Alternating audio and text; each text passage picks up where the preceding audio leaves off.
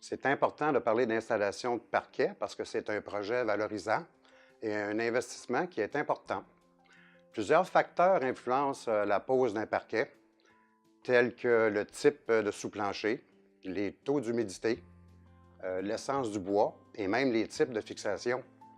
Le poseur se doit de connaître tous ces facteurs afin de maximiser l'esthétique, la performance et l'intégrité du parquet.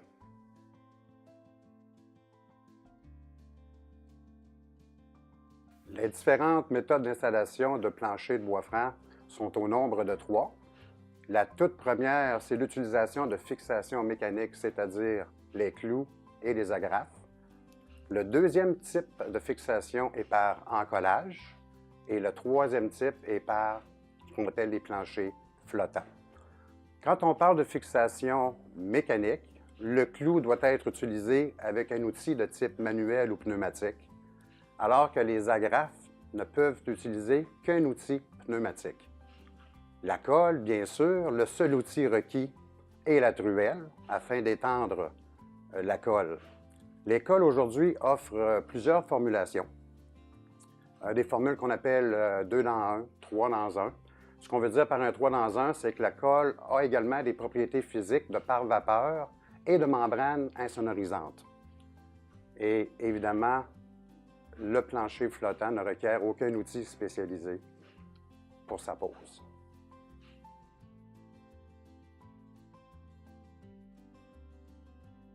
Chaque méthode d'installation présente ses avantages et est choisie en fonction du type de plancher à installer ainsi que du type du sous-plancher.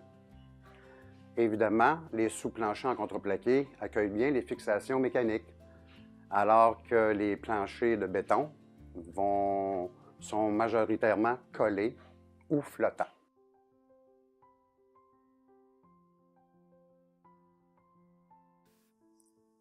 Ce qu'on devrait savoir au niveau du sous-plancher, c'est tout d'abord le type d'installation sera dicté par le type de sous-plancher. Mais une chose qui est primordiale, c'est que les mesures d'humidité doivent toujours être prises dans toutes les situations, peu importe le type de plancher qu'on installe.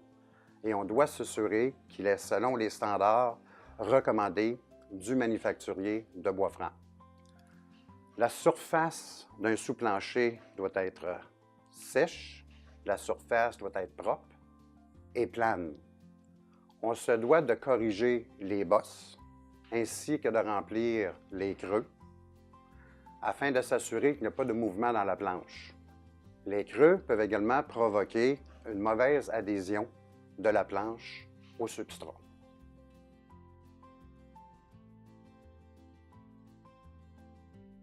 La principale erreur que les installateurs font lorsqu'ils clouent un plancher de bois franc est de surpressuriser leur outil pneumatique.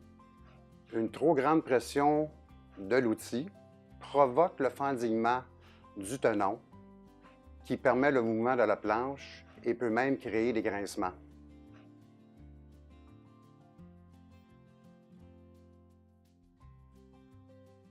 Les clous sont meilleurs que les agrafes. Les deux types de fixation sont utilisés et bien acceptés par l'industrie.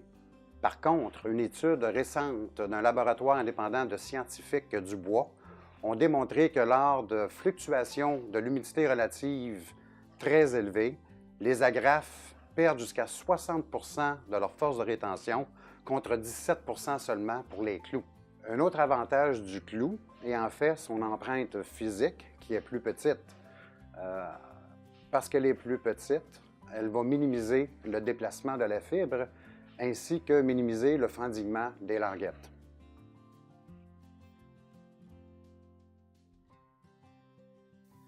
Les outils fabriqués au Canada peuvent installer toutes les essences de bois ainsi que toutes les épaisseurs de plancher. La technologie des outils canadiens permet, de 1, la régulation de l'enfoncement du clou et de 2, les outils sont équipés de bases ajustables qui nous permet un ajustement infini pour les planchers à partir de 9 mm, aller jusqu'à 22 mm. Une autre série d'outils pneumatiques entièrement dédié à l'installation des parquets sport va donner un ajustement jusqu'à 26 mm. Également, si la situation le commande ou le client le désire, il est possible d'agrafer un plancher flottant en cliquable en utilisant un outil de configuration spéciale.